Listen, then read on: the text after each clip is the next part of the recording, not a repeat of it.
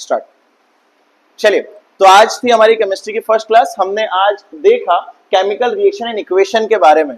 हमने सबसे पहले देखा कि जब हम चैप्टर स्टार्ट करते हैं तो कुछ बेसिक चीजें हमको जो पता होनी चाहिए वो होती है कि जो चेंजेस होते हैं वो कितने टाइप के होते हैं। तो हमको भी पता है कि भैया चेंजेस कितने टाइप के होते हैं, दो टाइप के। पहला होता है बेटा फिजिकल चेंज और दूसरा होता है बेटा केमिकल चेंज। ठीक है, फिजिकल चेंज में क्या क्या चीजें होती है वो इधर लिखी हुई है, वो मैंने आप लोगों को समझा दी है। केमिकल चेंज में क्या चीजें होती हैं वो मैंने इधर लिखी हुई है, वो मैंने आप लोगों को समझा दी है। जो बेसिक डिफरेंस आता है कि फिजिकल चेंज में कोई भी नया सब्सटेंस नहीं बनता है, केमिकल चेंज में नया सब्सटेंस बनता है। ठीक है, ये रहे कुछ उसके एग्जांपल। ये पढ़ने के बाद हमको जो चैप्टर का नाम है केमिकल रिएक्शन, तो उसको समझना पड़ता है। तो क्या होते हैं केमिकल रिएक्शन, तो हम ऊपर से एक बार देखते हैं तो क्या हमको समझ में आता है कि भैया जो केमिकल रिएक्शन होता है वो सिंपली रीअरेंजमेंट ऑफ एटम्स होता है। बेटा क्या होता है, सिंपली रीअरेंजमेंट ऑफ एटम्स होता है। ठीक है, एटम्स आपस में रीअरेंज करके क्या करते हैं बेटा, रिएक्ट करते हैं। उसमें दो साइड होते हैं बेटा, जो इधर वाला साइड होता है उसको बोल देते हैं बेटा रिएक्टिंग साइड, और सामने वाला जो साइड होता है वो क्या हो जाता है बेटा, प्रोडक्ट साइड होता है।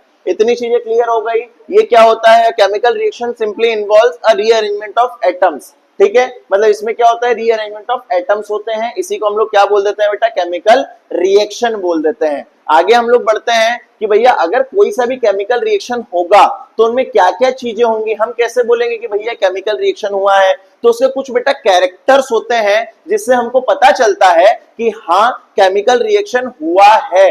पहला कैरेक्टर जो होता है केमिकल रिएक्शन का वो होता है बेटा चेंज इन कलर। अगर केमिकल रिएक्शन होगा तो चेंज इन कलर होगा बेटा। ठीक है, दूसरा होता है चेंज इन स्टेट। अगर केमिकल रिएक्शन होगा तो वो अपने सॉलिड स्टेट से लिक्विड स्टेट में जाएगी, लिक्विड से गैस में जाएगी।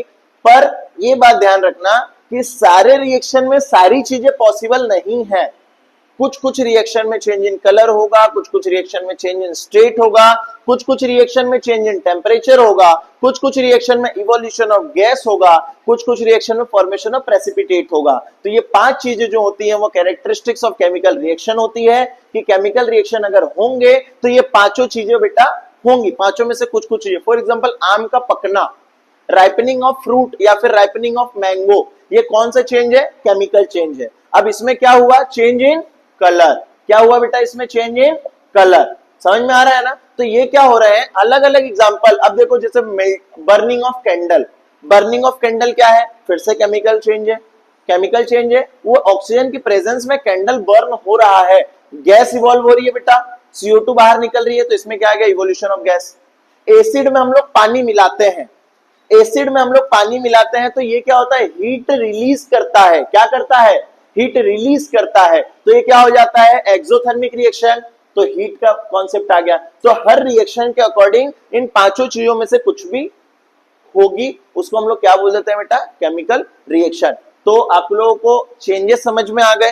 ठीक है, आप लोगों को केमिकल रिएक्शन समझ में आ गया, आप लोगों को कैरेक्टरिस्टिक्स ऑफ केमिकल रिएक्शन समझ में आ गया। अब हम लोग आगे देखेंगे बेटा सेकंड पार्ट इसका, केमिकल इक्वेशंस के बारे में। ठीक है, थैंक यू।